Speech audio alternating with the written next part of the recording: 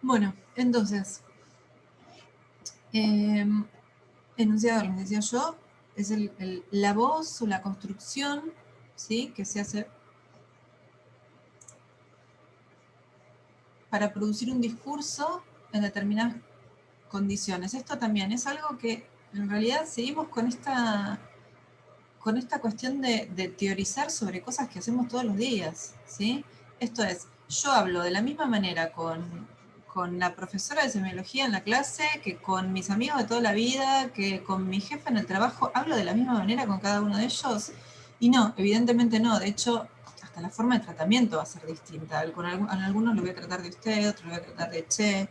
Voy a utilizar una terminología muchísimo más relajada cuando estoy con mis amigos que cuando estoy hablando con un superior en el trabajo, ¿sí? O sea, vamos a hablar de maneras bien distintas.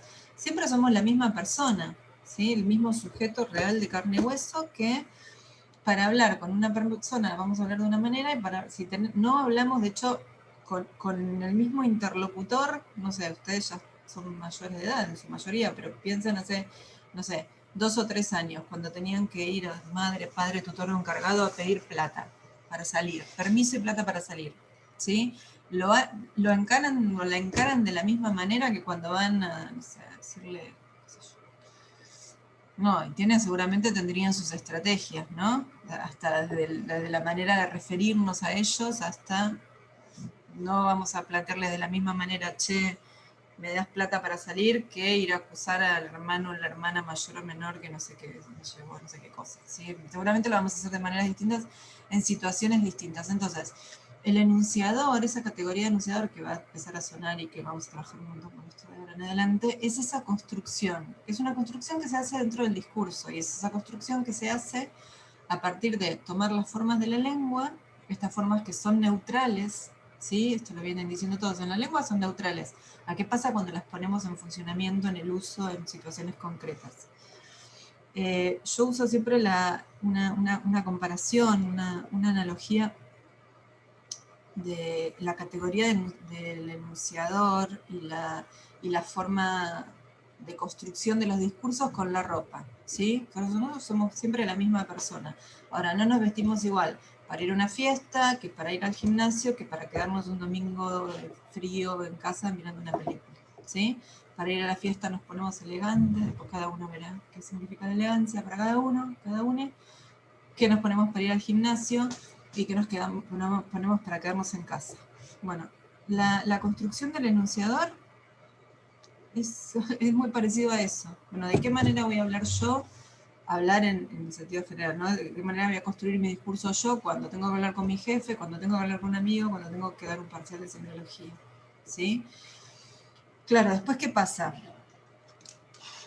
Uno puede decir, yo tengo una fiesta re top en el lugar más top del barrio más top de mi pueblo y me voy en joguineta, ¿no? ¿Qué puede pasar? Me aparezco así en la fiesta más top del año y me voy de jogging y pantuflas y ahora Que te echen. manchadas con la balina. Bueno, puede pasar que te echen, ¿qué más puede pasar? Que pases vergüenza porque todo el mundo te va a ver. Uh-huh. En principio seguramente te van a mirar así. Estará el que piense que desubicada, que desubicado cómo se vino vestida así. El que diga, la verdad, qué bien, ¿no? Tenía ganas de venir, sí, porque la verdad que la ropa de fiestas en general es bastante incómoda. Tenía ganas de venir cómodo y se vino así, genial, lo aplaudo. O puede ser que no te dejen entrar, ¿sí? Bueno, ¿se acuerdan que yo siempre les digo esto de no sé qué, ay, no, el lenguaje inclusivo, hoy que no sé qué va a pasar con el lenguaje, uy, los adolescentes que hablan mal, esta cosa siempre de... Y en realidad, desde muchas perspectivas de la lingüística se pueden analizar estas cosas, pero nadie puede decirle a otro que habla mal a priori. Si yo no le puedo decir a ustedes, chicos, ustedes hablan mal o escriben mal a priori, ¿sí? Porque ¿qué es escribir mal y qué es escribir bien? Si yo veo mensajes de WhatsApp entre ustedes, o incluso ustedes ven los míos, van a ver que sí, no hay signos de puntuación, muchos acentos como, supongo que ustedes también, muchas palabras resumidas, la mitad de las palabras en vez de palabras son emoticones. ¿Y eso está mal? Y no, no está mal. Esta gente que dice, ay, no, porque, bueno, cuando sobre todo empezaron los mensajes de texto, había una cosa también ahí medio apocalíptica. No, están destruyendo con los mensajes de texto. ¿Por qué tanto miedo que destruyan el lenguaje? Como si fuera su... Bueno, no sé, por un mensaje de texto. Bueno, no, están destruyendo el lenguaje con los mensajes de texto. Bueno, esa es donde digo yo que la gente por ahí habla sin saber mucho. Es una pavada de pensar que un mensaje de texto puede destruir el lenguaje. Y también, y esto es un poquito más comprometido, afirmar que no hablan mal, no escriben mal. ¿Quién dice cómo hay que escribir por WhatsApp? ¿Dónde está arreglado? ¿Dónde hay una norma que me diga, no, cuando escribís por WhatsApp tenés que poner todos los puntos y las comas? El otro entiende, y la verdad es que en general, aún cuando hay situaciones, cuando hay la puntuación se usa muchas veces para desambiguar, hay veces que si no están los textos no están bien puntuados no se entiende, digamos, hay una cosa muy sencilla que si no entendés, y pasa todo el tiempo que hay situaciones así, por esta, vamos a decir, economía, ¿no? De no poner acentos o no poner comas o estas cosas que hace que se generen ambigüedades, pero se resuelven. Si no se resuelven con 2, se resuelven con 3 o con 4 mensajes, pero se terminan resolviendo. Nadie se dejó de encontrar en la calle por una ambigüedad en un mensaje de WhatsApp, ¿sí? Entonces, decir que eso es hablar mal o escribir mal, a mí me parece una tontería. Ahora, claro, como dijo Lourdes antes, puede ser que vayas en joguineta a la fiesta top y no te dejen entrar. Y acá pasa un poco lo mismo con algunos ámbitos. Escribir así o hablar así entre amigos o en un grupo de WhatsApp está todo bien. Ahora, lo que yo no puedo es trasladar esas formas, por ejemplo, al ámbito universitario. ¿Sí? Sería como ir en joguineta a una fiesta y por ahí no te van a dejar entrar. Y en el ámbito universitario, si yo contesto un parcial con simbolito, con emojis, que ha pasado, si les digo porque pasa, ¿sí? En vez de escribir por qué, ahora por ahí en la virtualidad no tanto, pero en la presencialidad, el sync, y no sabes si es significado o significante. Es tal cosa o es tal otra. Y si no me escribí la palabra completa, ¿por qué voy a saber yo que estaba hablando de significante y no significado? ¿Y cuánto tiempo se puede ahorrar uno en un parcial por no escribir la palabra la leng, punto? La leng es definida por Saussure. Che, o sea, de verdad, ¿cuánto tiempo y tinta vas a ahorrar por no escribir las 2 letras que te faltaban de lengua? ¿Sí? Como sea. El ámbito universitario es muy estricto, el ámbito académico, la academia es muy estricta. Pues lo podemos discutir, nos puede gustar, lo cierto es que es así de estricto. Si me gusta, bien, si no me gusta, y bueno, me tendré que dedicar a otra cosa, porque en este momento, hoy, la realidad es que la academia es súper estricta en estas formalidades. Me parecen tonterías, y bueno, puede ser que sean tonterías, pero es así, digamos, no hay mucha vuelta. Es como, bueno, entonces, si quiero ir al cine tengo que pagar una entrada. Me parece injusto que una entrada, bueno, cuando íbamos al cine. Y bueno, pero si quiero entrar tengo que pagar la entrada. Y acá es más o menos así, las reglas son estas, te gustan bien, no te gustan y fíjate qué querés hacer. Qué sé yo, anda a discutirlas. Hoy, en este momento, las cosas son así. Entonces, esto de hablar bien o hablar mal no es algo que se pueda decir a priori. Lo cierto es que hay ámbitos en los que puedo utilizar ciertas formas, puedo estar con joguineta, y hay otros ámbitos en los que tengo que ser mucho más formal. Entonces yo, si me mandan un mail, bueno, la verdad es que a mí me parece que hay ciertas cuestiones ya hasta un poco como hasta por poner, profe, no tengo la nota, no sé quién son, no sé qué curso, no sé, bueno, hay cuestiones como hasta de hacer que el otro entienda de qué le estás hablando, por ejemplo, ¿no? Pero por supuesto no voy a exigir la misma formalidad en un mail, por ejemplo, en un mensaje que me manden que en un parcial. Pero en un parcial sí, porque el parcial es un género que forma parte del ámbito académico, tiene que ser formal, ¿sí? Acá después podemos hablar de otra manera, pero el parcial es el parcial. ¿Mm? Entonces, ¿cómo llegué acá? Bueno, por el tema de la construcción del enunciador. Es ustedes mismos, siempre la misma persona, el mismo sujeto va a ir construyendo voces distintas, construyendo estos personajes distintos de acuerdo a la situación en la que se encuentran, ¿sí? Y tenemos que tener en cuenta Entonces, esto, ¿no? De separar a la persona real, la persona que escribe, el sujeto real que está escribiendo, de esta construcción que hace, ¿sí? Que en algunos casos va a ser más, bueno, lo podemos ver en la tele, ¿no? De algunos periodistas que se han convertido en personajes porque, digamos, le sacan como provecho esa condición de personaje. Después no saber si están tan comprometidos, si están tan enojados, si están tan apoyando lo que apoyan o lo que acusan. Digamos, trabajan un poco esa construcción.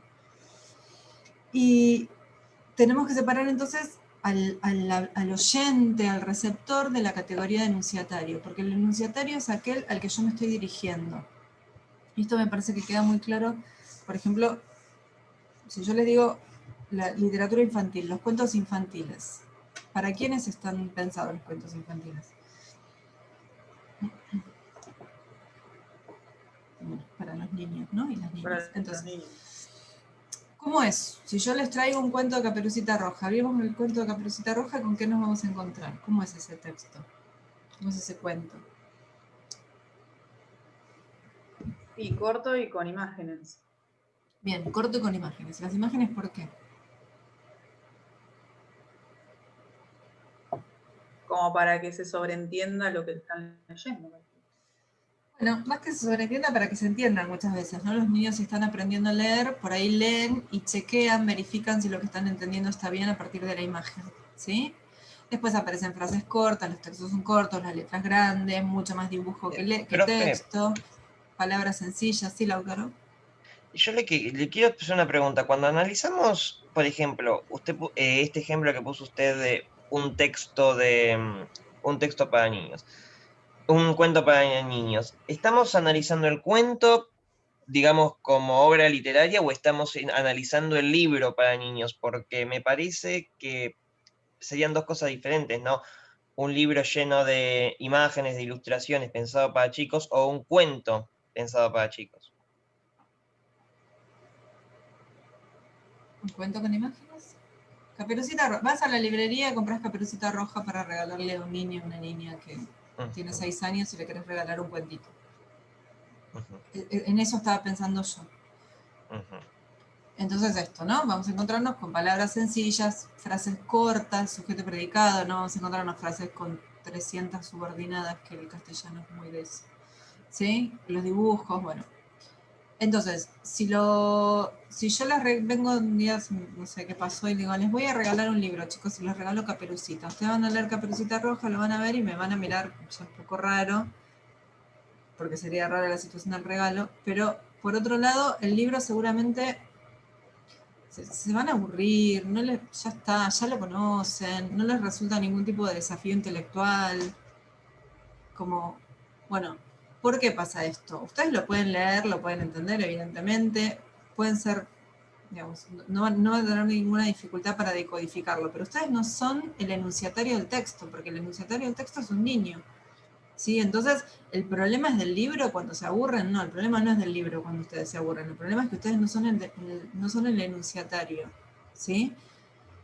De la misma manera, ahí también podemos ver el enunciador que escribe con palabras sencillas, que le mete mucho dibujo, con frases también simples. ¿Escribe eso porque no puede escribir algo más complejo? No, pasa lo mismo, es el enunciador que está construyendo su enunciado pensando en el enunciatario, entonces construye esa voz súper sencilla, súper agradable para el niño y la niña para que entiendan y se copen con el cuento y lo lean 3 millones de veces, ¿sí? Entonces, es muy importante, ¿por qué? Porque pensar en esta categoría, sobre todo en la categoría de anunciador, que es con la que vamos a trabajar, porque es una construcción. ¿Y de qué manera se hace esa construcción? Bueno, de todo de este material que tenemos en la lengua, este sistema de la lengua, donde tenemos un montón de elementos, ¿sí? De acuerdo a la construcción, de acuerdo al enunciador que vamos a construir en cada texto, vamos a tomar unos elementos u otros.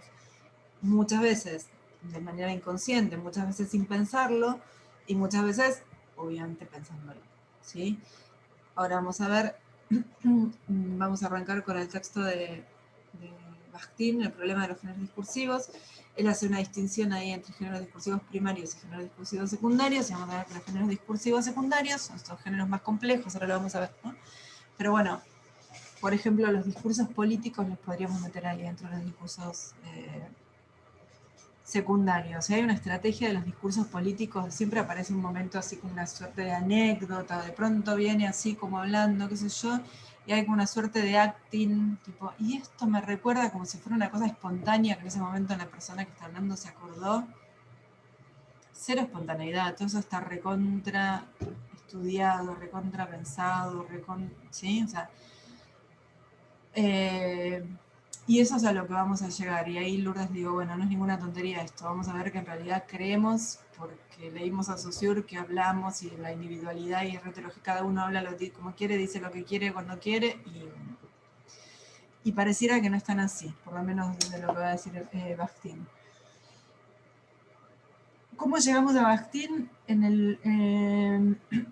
Uno de los textos que les pasé también para leer la clase pasada, que aparece mencionado en el video este de Juan, a la hora de estudiar la enunciación, ¿sí? Tenemos que pensar cuál es la escena esta de enunciación en la que se produce el enunciado justamente, en la que se realiza el enunciado. Y vamos a ver que hay un autor que se llama Mengueno que dice, bueno, tenemos que tener en cuenta la escena englobante, la escena genérica y después la escenografía. La escena genérica tiene que ver con el género, con la noción de género discursivo, ¿sí? Y acá entonces entra Bakhtin con un texto que entra porque nosotros lo hacemos entrar, Bakhtin es anterior a Mengueno. Un texto que está extraído de un libro que se llama La estética de la creación verbal, y el capítulo este se llama El problema de los géneros discursivos. Entonces, bueno, por supuesto, Bakhtin arranca obviamente con una crítica a Saussure, está de nuevo la crítica a esta cosa súper abstracta de Saussure, que no se puede pensar en analizar la lengua, ni el lenguaje, ni nada, si no se lo estudia en el uso, ¿sí? Y voy a dar vuelta, voy a empezar con un ejemplo para que se entienda lo que quiere llegar Bakhtin. Bakhtin dice, bueno, cuando uno ve la lengua en uso, podemos observar lo siguiente, ¿no? O sea, yo entro acá, o si entrar al aula presencial, les digo, hola chicos, ¿qué tal? ¿Cómo andan? ¿Y ustedes qué me contestan? Bien. Bien, ¿sí? No hay muchas opciones. Bien, bien, bien, bien. O sea, no sé, se me perdió el parcial que había terminado de hacer, me acabo de quemar con el termo, tengo el perro ladrando y no puedo dejar que ladre y no puedo escuchar. Igual me van a contestar que bien, ¿sí? Y entonces, de nuevo, ¿no? En las clases anteriores yo decía, si viene un extraterrestre y nos ve un poquito como, diría, ¿qué les pasa a esta gente, no? Hola, ¿qué tal? ¿Cómo estás? Bien, me estoy muriendo. Estoy yendo una vez por semana al médico para que me arregle los huesos, pero si me hola, ¿cómo estás? Bien. ¿Qué le voy a decir? No le voy a contar la historia de mi vida. ¿Por qué no les cuento la historia de mi vida? Estamos configurados. Estamos configuradas para que cuando alguien, en el lugar que sea, nos pregunta, hola, ¿qué tal? ¿Cómo estás? Contestamos bien. Después, no sé, profe, ¿puedo hablar con vos porque me pasó esto? Bueno, dale, lo charlamos en otro momento. No va a ser este saludo como de pasillo, ¿no? Piensen, bueno, ahora no tenemos mucho pasillo, no tenemos mucho saludo con gente desconocida, ¿no? Pero vamos por la calle, salimos, nos cruzamos con el encargado del edificio, ¿qué tal? Buen día, ¿cómo va? Bien. No, no me va bien, está todo para el demonio, pero ¿qué voy a hacer? ¿Sí? Pero piensen de nuevo esta cosa, bueno, un poco tipo desde afuera. Es un poco raro. Bueno, qué sé yo. Lo cierto es que todos contestamos igual. Y esto lo podemos llevar a un montón de situaciones, ¿sí? Históricamente en clase yo trabajaba con un ejercicio, dividimos la clase en tres, un grupo escribe recetas, otro grupo escribe noticias, otro grupo escribe una reseña de una película, sin ningún tipo de información previa, sin ningún dato, sin nada, y todos hacían perfectas recetas, los otros hacían perfectas noticias, los otros hacían perfectas reseñas, sin haber estudiado eso como tema, ¿no? Y alguna vez hasta como probé, bueno, vos que acabas de escribir esta receta perfecta, pasate y escribí la noticia, y terminaba escribiendo la noticia igual que todos los otros que habían escrito la noticia. Entonces, si uno lo piensa, ¿Sí? Y dices, pero entonces, ¿cómo es esto? ¿Cómo es esto de que lo que tiene que ver con el uso de la lengua es tan libre, tan caótico, tan imposible de sistematizar? Si al final todos estamos haciendo lo mismo, ¿sí? Es más, una vez me pasó esta anécdota, la cuento siempre porque me pareció, me daban ganas de ir a decirle a Bastín, che, mirá lo que me pasó, dando tu texto. Con esto de las reseñas de las películas, un grupo trabajó con la película Shrek, ¿no? Y en una parte, no sé qué, dicen, el intrépido burrito, no sé qué cosa hizo. Y yo les digo, ¿qué quiere decir intrépido? No sabían qué quería decir intrépido. O sea, fíjense cómo lo que tiene que ver, estamos hablando de géneros discursivos, ¿no? Cómo la información de los géneros discursivos, estamos tan atravesados por esa información que hasta utilizamos palabras que no sabemos qué quieren decir y las usamos bien, porque además estaba bien usada, no era tipo usar una palabra re desubicada, no tenía nada que ver.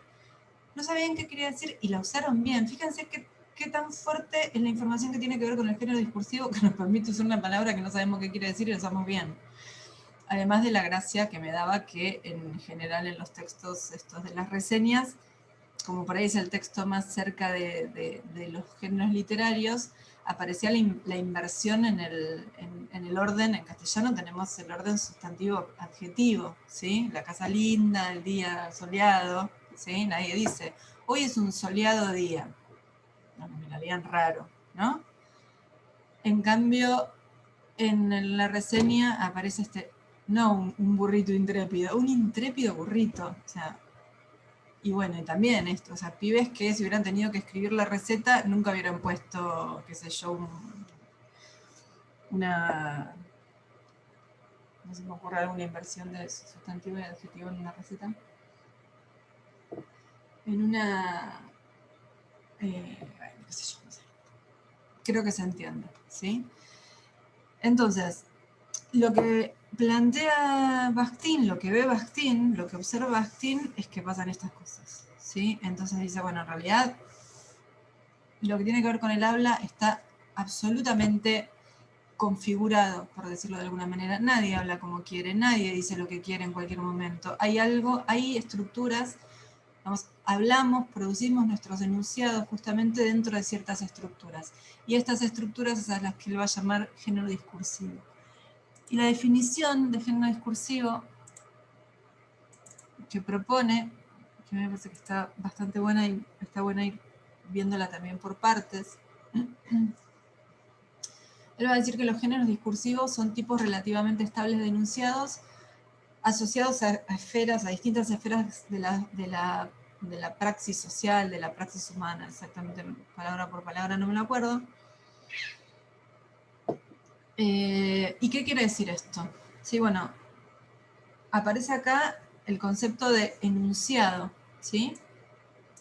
Que recién estuvimos comentando un poco. Bueno, ¿qué es el enunciado? El enunciado como la unidad real de la comunicación, estas formas a partir de las cuales nos comunicamos, ¿sí? Unidades reales, no la cosa abstracta de Saussure que servía para analizar en un libro de gramática. Enunciados es esta clase que va a hacer que cuando termine la clase seamos distintos. Qué sé yo, esto, que algunos estén más dormidos, otros con más ganas de ponerse a leer Bakhtin, lo que sea, no importa, distintos, ¿sí?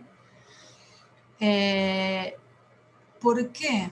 Porque en tanto unidad real, un enunciado siempre espera una respuesta, ¿sí? Lo que comentábamos recién. Todo enunciado espera una respuesta.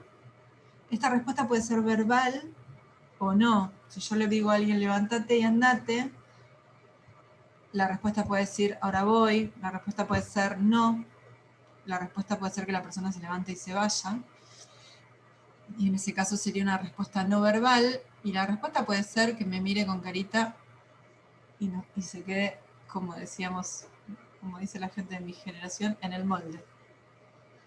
¿Sí? Y esto está bueno también, digamos, no son tonterías para la vida, la indiferencia es una respuesta, ¿sí? La no respuesta es una respuesta, este es como dato también para tenerlo en la vida. La no respuesta es una respuesta también.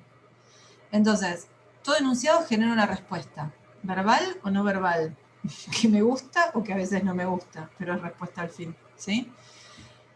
Y inmediata Esto es, levántate y andate, y la persona se levanta y se va, ¿sí? O puede ser una respuesta que venga con el tiempo. Esto es, qué sé yo, si yo leo hoy una novela que alguien publicó en 1980 y la leo hoy, respuesta, ahora vamos a ver qué quiere decir Bakhtin con esto de la respuesta, pero hoy voy a tener una respuesta, hoy ese enunciado, comunidad real, va a generar algún cambio en mí, que me guste, que no me guste, que voy a empezar a usar frases de no sé, lo que sea. Digamos, no necesariamente tiene que ser inmediata la respuesta, qué sé yo, si dentro de 6 meses ustedes están hablando con alguien y dicen, che, cursaste semios, y yo también, viste qué interesante lo de Bakhtin, bueno, ahí también, ¿no? Una manera de respuesta no inmediata. Y fíjense que acá aparece esta idea del carácter dialógico del enunciado, porque justamente lo que plantea Bakhtin, y asociadísimo con esta idea de la respuesta, tiene que ver con que el enunciado tiene un carácter dialógico. ¿Por qué? Porque está en diálogo permanentemente con otros enunciados, ¿sí? Con enunciados anteriores, porque cada enunciado, dice Bakhtin, se construye también como una respuesta a enunciados anteriores. Y cuando hablamos de respuesta, no piensen necesariamente en la respuesta como en términos de diálogo de tipo pregunta-respuesta, ¿sí? Una manera de responder en términos de Bakhtin es como vincularse con enunciados anteriores, ¿sí? Yo puedo decir, esta clase, ¿sí? Está vinculada está dialogando, está vinculada con enunciados anteriores, con un montón, con los textos teóricos. Estoy dialogando con Bakhtin, estoy dialogando con Benveniste, estoy dialogando con Saussure, estoy dialogando con mis propias clases sobre este tema, las que di años anteriores y las que di a las 7 de la mañana. Pero también hay un diálogo como en simultáneo, por decirlo de alguna manera, con ustedes que están participando de la clase, con los otros docentes que están dando Bakhtin en este momento, ¿sí? Y por supuesto también son enunciados que esperan una respuesta. ¿Cuál va a ser esta respuesta? Bueno, lo que les dije antes, que cuando termine la clase digan, qué interesante. Cuando termine la clase digan, la verdad no me interesa ni un poquito. Que cuando termine la clase se queden dormidos, que se pongan a leer y la respuesta por ahí de todas, ni mejor, ni peor, ni en estatus, ¿no? Pero por ahí la que podemos ver como más concreta es cuando yo en el parcial les pregunte qué son los géneros discursivos para Bakhtin y ustedes tengan que ir directamente ahí sí a responder, ¿sí? Bakhtin dice algo que es bastante interesante en este punto, que es que cada enunciado, ¿sí?, que producimos se une como una cadena de enunciados, como cada enunciado es un eslabón dentro de una cadena. Y que nunca vamos a llegar al primer eslabón, nunca vamos a llegar a ese primer punto en el que él dice algo así como que nadie rompió el silencio. Lo que él está diciendo es que nunca somos originales con lo que decimos, siempre arrastramos enunciados anteriores, siempre estamos hablando desde la palabra de otro, ¿sí?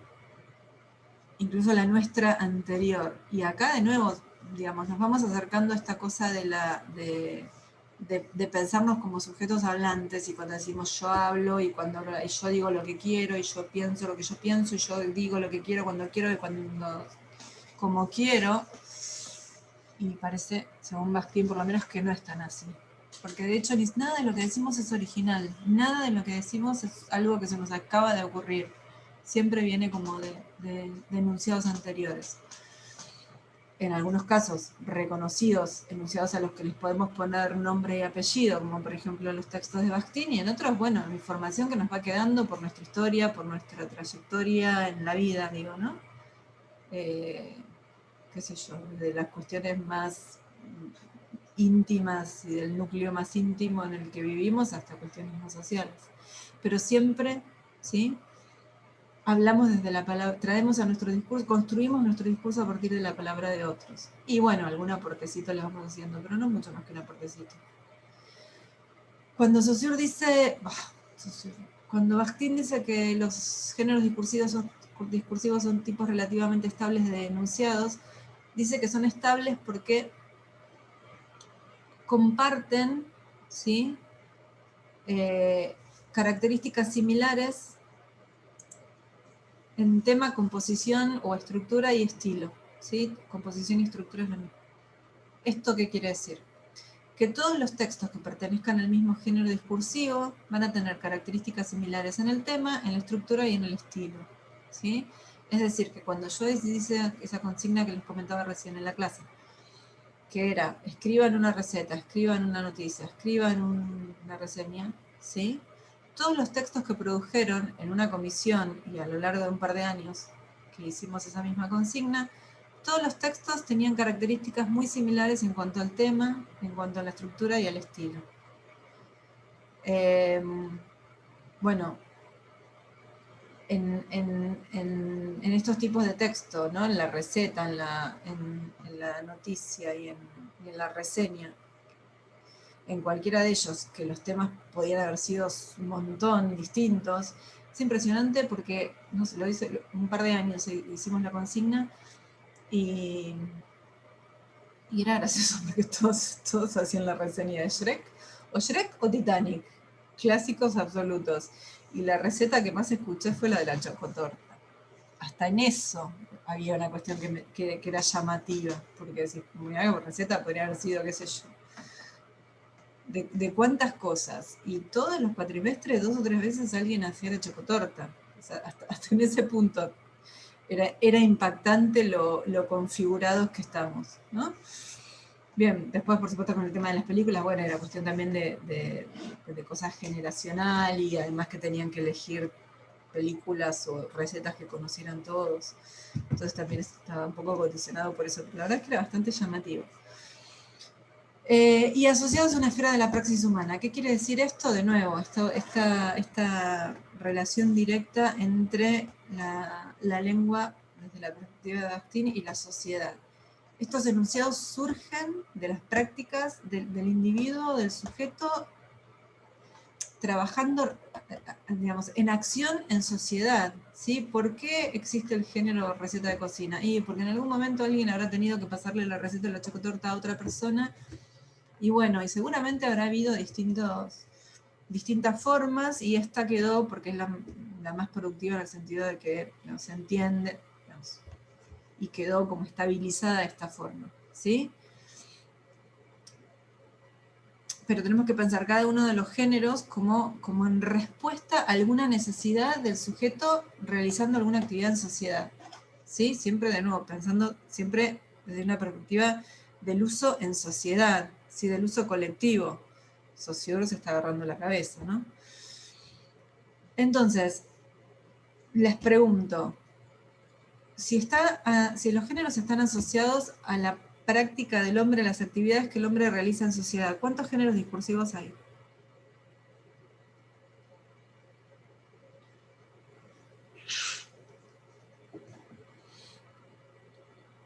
Y miles. Es más, Bakhtin dice, no tiene ningún sentido hacer una lista de los géneros discursivos. Bueno, es como si hiciéramos una lista de las actividades que hace el hombre en sociedad. O sea, es como que, ¿qué sentido tiene? No tiene ningún sentido. No tiene ningún sentido porque no la terminaríamos nunca, porque además hay géneros y subgéneros, porque hablando de la receta de cocina, qué sé yo, la tradicional de Doña Petrona y su libro, pero ahora aparecen todas las versiones. Bueno, después vinieron las versiones de la tele y ahora también los tutoriales de YouTube son como subgéneros, ¿no? No tiene ningún sentido. Pero además, ¿qué otra particularidad tiene si están tan asociados a lo social? ¿Son fijos? Y no, pues se van modificando. Van cambiando, o sea que tampoco tendría mucho sentido hacer una lista, no solamente por la cantidad, sino porque además van modificando, algunos desaparecen, surgen géneros nuevos, ¿sí? Sí, yo les pregunto, también hago esta pregunta a todos los cuatrimestres. ¿Alguno de ustedes alguna vez recibió, ¿alguno de ustedes mandó o recibió una carta por correo?